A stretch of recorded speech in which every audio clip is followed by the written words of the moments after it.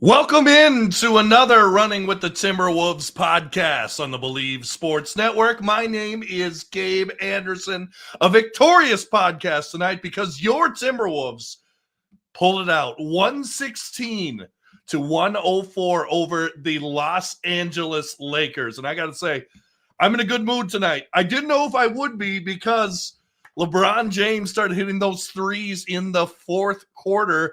But how about after that? How about the response? You start thinking, oh, it's LeBron, it's Luka, Austin Reeves is hitting shots, and you think, oh, man, we're going to blow another one. Like, for example, last year, there were that game where we had a 5-point lead with a minute 30 left. You're thinking, oh, no, it's going to happen again. It's going to happen again. But it did not happen tonight.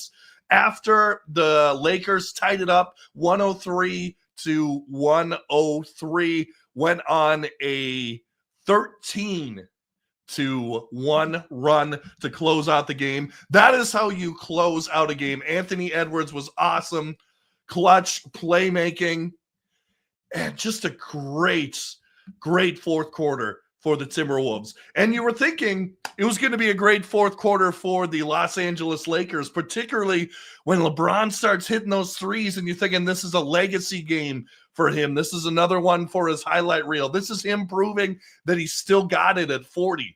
I mean, he does still got it, but it felt like a game. If you're going to win this series, particularly with Luka, not 100%, definitely not 100. I mean, he still made some crazy shots, like almost a complete repeat of what we had earlier this year where he makes a shot falling out of bounds. He almost does it again tonight and hits that one shot. But great defense down the stretch, great efforts, and you love to see it, these scrappy Timberwolves. And one thing, we hadn't seen what Julius Randle was going to be in the clutch. We knew what he was going to be in the clutch in the regular season. We hadn't seen it, what he was going to do during the playoffs, because historically he's been bad in the playoffs. I know we talked about it on the podcast, shooting somewhere north of 40% from the field, somewhere north of 28% from three, but he was on tonight, boy. He was fantastic tonight. And really, not to start with Randle, but I think it's a huge opportunity for Randle to exercise his playoff demons.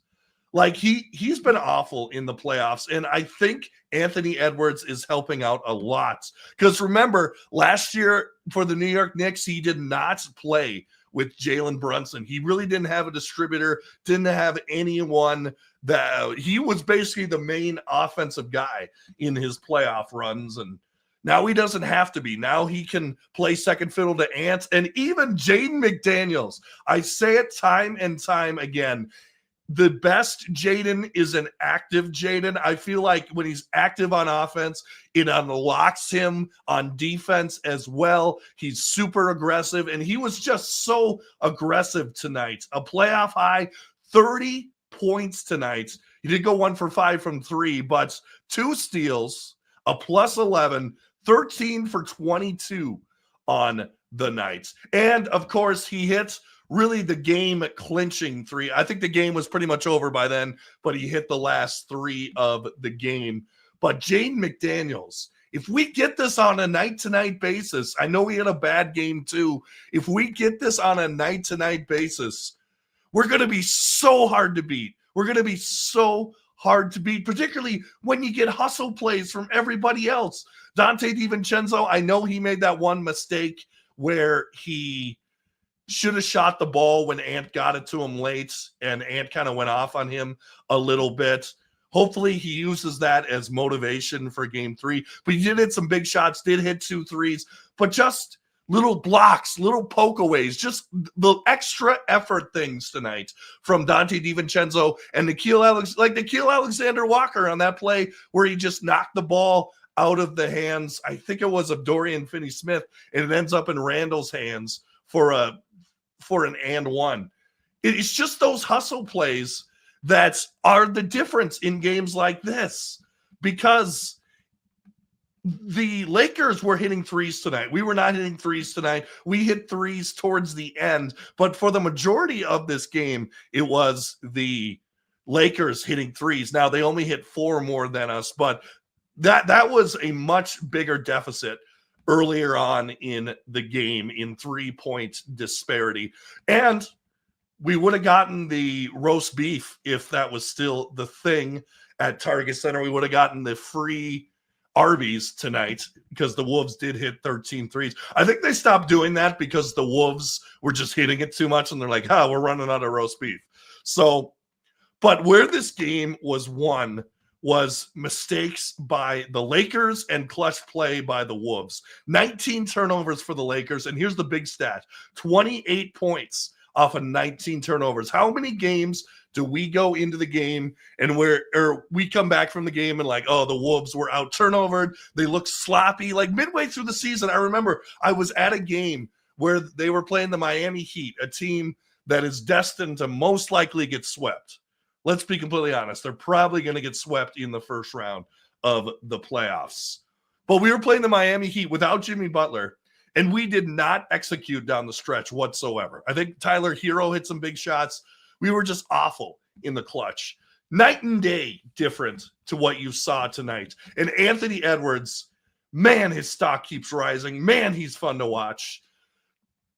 That 3 at the end, him attacking the basket with everyone eyeing him, everyone on him, everyone ready to make a play, and he still scores. Awesome from Anthony Edwards. And it's just the next progression, just the next part of his growth as a superstar in this league. And I tell you, now he's already extinguished Kevin Durant. He's already extinguished Jokic. Now, I know Jokic got him once, whatever. He's already extinguished Kevin Durant, Jokic. If he can extinguish Luka and LeBron in one blow, that's huge. That is a huge tip, or what do you say, feather in the cap for Anthony Edwards if he can make that happen. And it's not just him. He's getting help. He's getting help from all these other guys. Julius Randle getting to the free throw line, making stuff happen. And I think the difference in this game and the last game it was just get it to Julius Randle. He's our only offense. No one else chipped in. Tonight, hustle guys, big plays.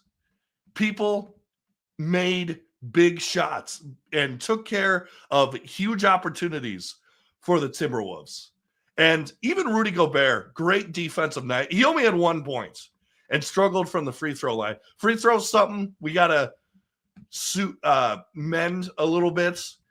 Not a great free throw shooting night for the Timberwolves. 15 of 21. Lakers weren't good either. They were worse. 13 of 20 from the free throw line. I think that was the only thing LeBron, other than fumbling that ball away, the only thing LeBron didn't do well tonight was at the free throw line. LeBron went 7 for 10 from the free throw line, which still 40% ain't bad, and getting there 10 times ain't bad either. But still, I think that's the only thing LeBron didn't do well tonight. He was a -10. And elephant in the room, yes, Luka was under the weather. It was very easy to tell that he was under the weather. He goes 6 for 16, 2 for 8 from 3, 3 for 4 from the free throw line. Did have 8 assists. I love his court vision. His court vision is amazing. Just finding open guys, cross-court passes to wide open 3-point shooters. Austin Reeves was hot in the first half, kind of cooled down a little bit. 7 for 8, 5 for 11 from 3.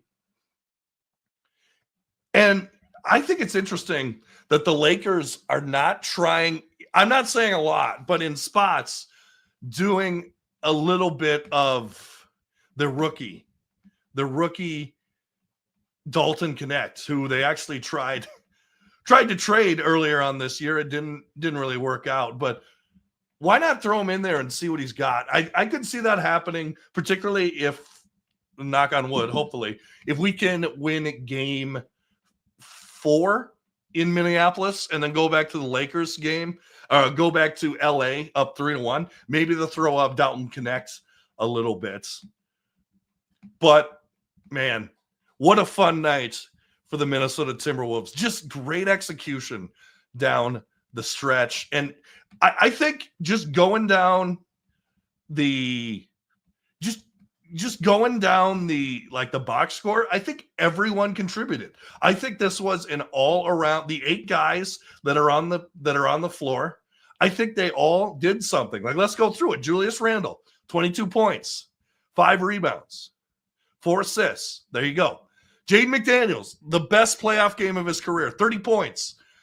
And what's really impressive about Jaden McDaniels, 1 for 5 from 3 and still had 30 points. He was so aggressive. Rudy Gobert, 1 point, but he was great on defense. Only 3 rebounds, and you'd like to see that get better.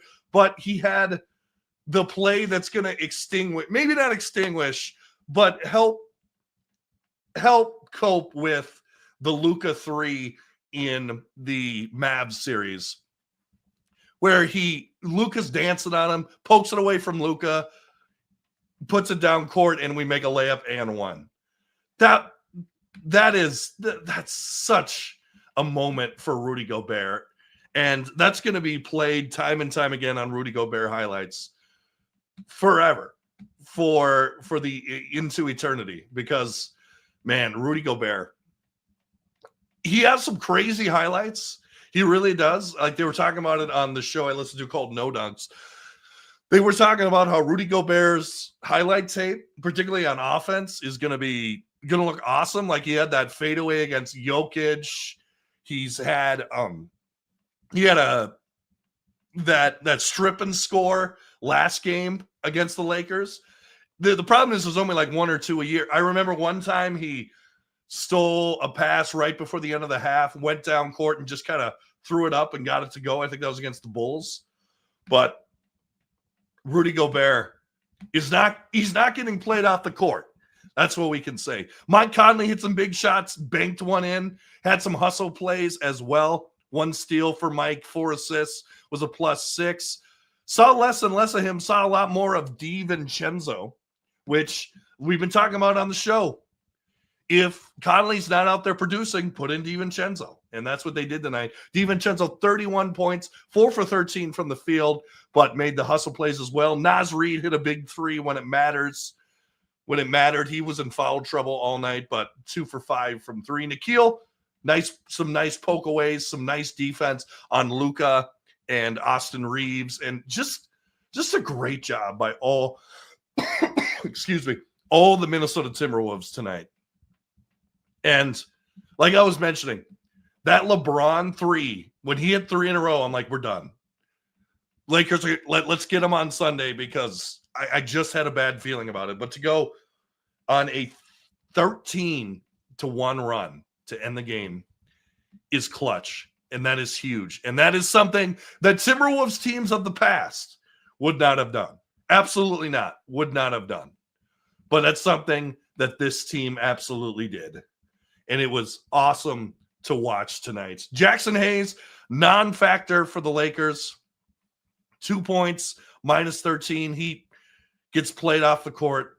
You want to talk about someone gets played off the court? Jackson Hayes gets played off the court time and time again. Jared Vanderbilt was in foul trouble, had 3 points, 5 rebounds, 5 defensive rebounds. He had 1 block. The Lakers, I will say, if they got the Wolves down in the paint, they did swarm around them, make it difficult. But that's pretty much the only thing they did well, defending the paint, because points in the paint were, again, super one-sided. 56-26. How about 56 paint points for the Wolves? You love to see that. You love to see that. Couple other notes from tonight's game. Again, that Dante DiVincenzo, he's got to take that shot. He's got to he's got to be aware of the time left on the shot clock and knowing that he's a 3-point shooter and he's got to shoot it. Thankfully, it's pretty much a non-factor at this point.